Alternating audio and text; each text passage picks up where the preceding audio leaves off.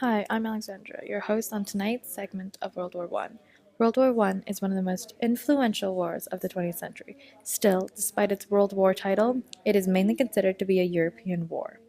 The involvement of the United States in World War One was often overlooked by historians of the time. However, in the years after the war, historians have come to realize the important role that World War One played in America's path to global dominance. Today, we will be further discussing the impact of World War One on the rise of the United States and how this affected other regions of the world. With me here today are two renowned historians, Mr. Howard Zinn and Neil Ferguson. Hi, it's a pleasure to have both of you here. It's a pleasure to be here. Happy to be here. Why don't we get straight into it then? Mr. Ferguson and Mr. Zinn, what do you think is the main motivating factor of the United States on entering into World War One? United States intervention in World War I was not prompted by U.S. benevolence. I have argued time and time again. United States foreign policy has always been part of a larger imperial design. Instead, the U.S. entry into World War I was in fact a war to protect its economic interests.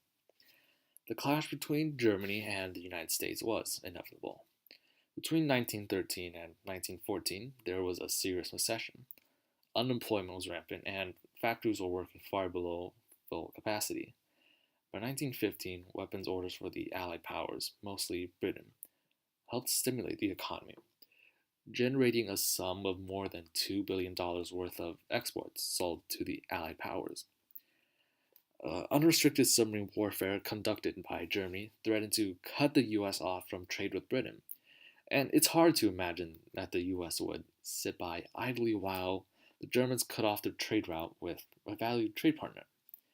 As a result, the United States appealed for Germany to cease unrestricted submarine warfare, and Germany, realizing the manufacturing potential that the United States possessed, agreed, in hopes that it would keep the United States neutral.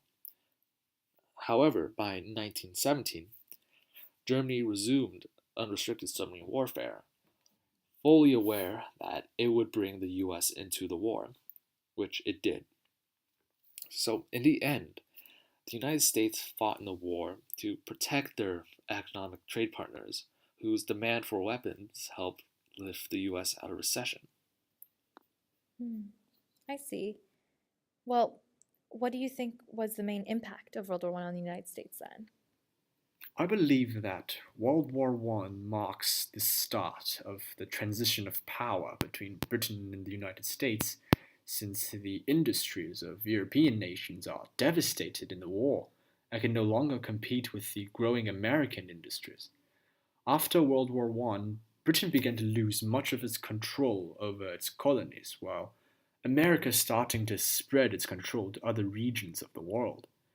You can also see America's imperialistic mentality growing in regions such as Latin America, as well as their attempts at increasing influence on the world with the formation of the League of Nations. Whether or not people choose to believe it, Neil and I can both agree that the United States has always been part of the Imperial Club, a legacy that is often overlooked in favor of the crusade for democracy in the name of moral rights. With their involvement in the First World War, the illusion of a benign, docile country has been displaced, as the United States is very well aware of potential threats that may destabilize their influence and economic power. The First World War pushed the United States to play a bigger role in world affairs, and since then they have kept a watchful eye over developments across Asia and Europe. And this increased attention to world affairs can be attributed to the need of extending the United States' sphere of influence across the globe, not so much for economic reasons, but rather to maintain their position as one of the world's major powers.